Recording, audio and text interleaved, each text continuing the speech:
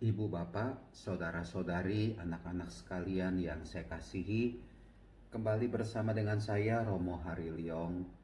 Kita akan merenungkan bacaan Injil pada hari ini dengan begitu sederhana saja pada hari Kamis tanggal 7 Januari 2021. Bacaan Injil diambil dari Lukas bab 4 ayat 14 sampai dengan 22a. Dikisahkan dalam bacaan Injil, setelah Tuhan Yesus dicobai iblis di padang gurun, dalam kuasa roh kembalilah Yesus ke Galilea. Dalam kuasa roh, ya. Hidup dikuasai oleh roh Allah. Roh Allah itu. Itulah dasar kehidupan Tuhan Yesus. Dikuasai oleh roh Allah, roh Bapanya. Lalu selanjutnya, di ayat-ayat selanjutnya, lalu ia datang ke Nazaret tempat ia dibesarkan. Dan menurut kebiasaannya pada hari Sabat ia masuk ke rumah ibadat. Lalu berdiri hendak membaca dari Alkitab. Kepadanya diberikan kitab Nabi Yesaya. Dan setelah membukanya ia menemukan nas di mana ada tertulis, Roh Tuhan ada padaku. Inilah dia, ya, dasar hidup Tuhan Yesus, dasar karya Tuhan Yesus itu digerakkan oleh roh Allah, roh Bapa. Tadi di bagian awal, dalam kuasa roh, dalam kuasa roh. Lalu Tuhan Yesus membuka nas Nabi Yesaya. Ia mengatakan roh Tuhan ada padaku. Memang roh Allah itu, roh Bapa itu ada pada Tuhan Yesus. Kemudian dipertegas dengan bagian akhir dari bacaan Injil. Pada hari ini genaplah nas tadi sewaktu kamu mendengarnya. Apa yang digenapi? Yang digenapi pertama-tama adalah karya, perbuatan, tindakan Tuhan Yesus benar-benar digerakkan oleh roh Bapa, oleh roh Allah. Dan dengan mengutip nas Nabi Yesaya, Tuhan Yesus sepertinya memberitahukan tujuannya datang ke dunia ini, katakanlah.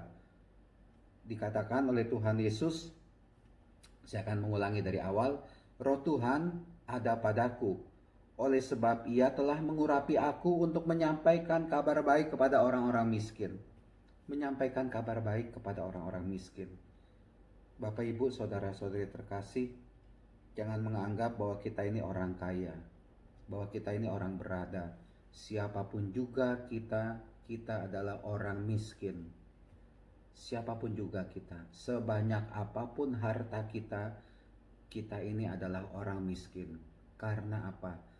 Karena dalam hidup ini yang kita butuhkan bukanlah harta-harta itu. Dalam hidup ini yang kita butuhkan adalah Tuhan sendiri. Hidupku aku serahkan kepada Tuhan. Hidupku tergantung kepada Tuhan. Yang berkuasa atas hidupku adalah Tuhan, bukan harta. Harta itu hanyalah hiasan-hiasan saja. Dan jangan sampai kita ini silau akan harta, akan kedudukan, akan posisi. Hati-hati itu yang membuat kita tidak lagi bisa dikuasai oleh roh Tuhan, tapi membuat kita dikuasai oleh roh kedagingan, oleh roh duniawi. Maka dari itu Bapak Ibu, jangan sampai kita ini puas kalau kita sudah dibaptis, lalu merasa diri kita ini sudah sempurna, katakanlah. Belum. Diri kita ini masih jauh dari sempurna. Karena apa? Karena kita belum merasakan kehadiran roh Tuhan itu dalam hidup kita. Diri kita ini belum dikuasai oleh roh dari Allah yang muncul kadangkala kedagingan kita. Kedagingan kita dikuasai oleh duniawi, hal-hal duniawi ini. Kalau orang itu dikuasai oleh roh Tuhan, oleh roh Allah, oleh roh kudus, katakanlah demikian, maka yang dilakukan persis dilakukan oleh Tuhan Yesus. menyampaikan kabar baik kepada orang-orang miskin. Kita tidak menganggap diri kita ini hebat, menganggap diri kita ini kaya, menganggap diri kita ini super, tidak. Tapi di mata Tuhan, saya adalah manusia yang tidak berarti, siapapun juga kita. Karena kita tergantung pada Tuhan. Dan yang memberikan kita rahmat itu semua berasal dari Tuhan. Segala-galanya itu berasal dari Tuhan, dan akhirnya segala-galanya itu akan kita tinggalkan, dan hanya roh kita yang kembali kepada Tuhan. Semuanya itu akan kita tinggalkan. Dan kalimat Tuhan Yesus itu mengajak kita sekalian menyampaikan kabar baik kepada orang-orang miskin. Mari kita memperhatikan sesama. Memperhatikan sesama dalam arti apa? Bisa berbuat kasih kepada orang lain. Silakan kita kaitkan dengan bacaan pertama dari 2 hari yang lalu. Surat pertama Rasul Yohanes. Kembali Yohanes itu, Rasul Yohanes dalam bacaan pertama sudah sejak 3 hari yang lalu, katakanlah, mengajak kita untuk bisa mengasihi sesama kita. Dan ini kadangkala sebagai manusia sangat jarang kita lakukan, bisa mengasihi sesama. Kita ini lebih tertutup kepada orang lain. Apalagi berhadapan dengan orang miskin, kita tertutup. Kita sulit memperhatikan orang miskin. Kita sulit memberi kasih kepada orang miskin. Kita sulit membuat derma, memberi derma kepada mereka. Selalu ada dalam pikiran-pikiran kita untuk apa, untuk apa, untuk apa. Dan Tuhan Yesus melakukan itu bukan menjawab untuk apa, tetapi hatinya mau menunjukkan hatinya yang tergerak oleh belas kasihan. Yesus sungguh-sungguh diurapi oleh Allah Bapa, oleh Bapanya sendiri, untuk menyampaikan kabar baik itu kepada kita semua, kepada Anda, kepada kita, kabar baik. Membebaskan kita dari segala kekurangan kita, membebaskan kita dari segala kelemahan kita, mengangkat derajat kita yang hancur terpuruk. Itulah dia, menyampaikan kabar baik kepada orang-orang miskin. Ia mengangkat kita, memberi kegembiraan, memberi sukacita, memberi damai kepada kita sekalian. Selanjutnya dikatakan juga, dan ia telah mengutus aku untuk memberitakan pembebasan kepada orang-orang tawanan. Kita ini adalah orang-orang yang ditawan. Ditawan oleh apa? Oleh si setan, oleh iblis, oleh dosa.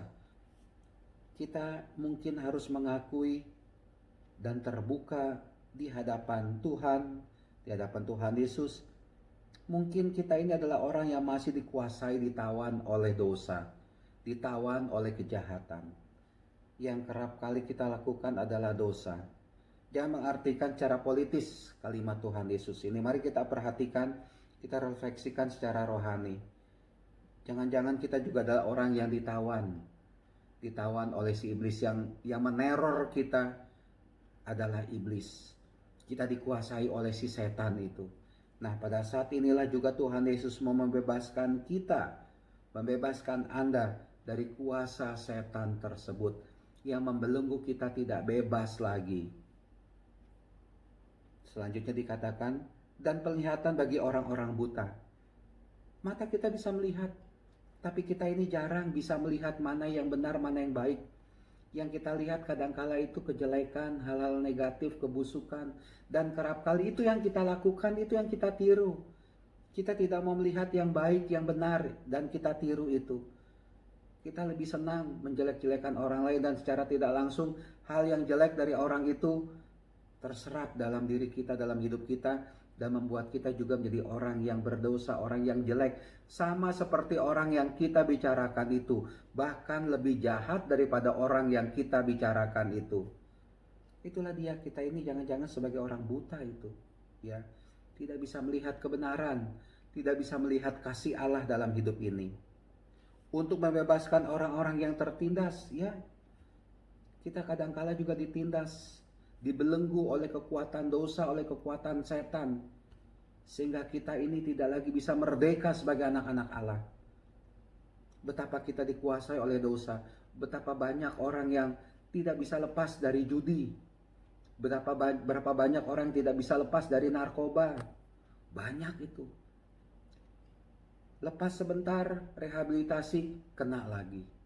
Judi, tobat sebentar, main judi lagi. Punya selingkuhan. Mana pertobatan Anda? Pertobatan kita? Ya, jangan-jangan kita masih ditindas oleh dosa tersebut.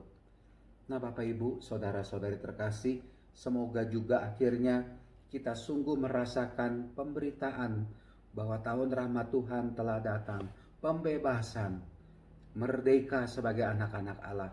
Dalam arti merdeka untuk mengikuti Tuhan Yesus, hidup di dalam kasih-Nya dan berbuat kasih seperti bacaan pertama surat Rasul Yohanes ini.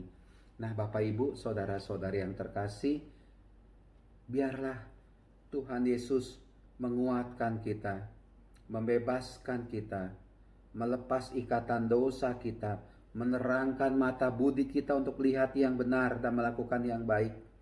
Dan akhirnya kita bisa tampil sebagai anak-anak Allah yang sungguh berkenan kepada Dia.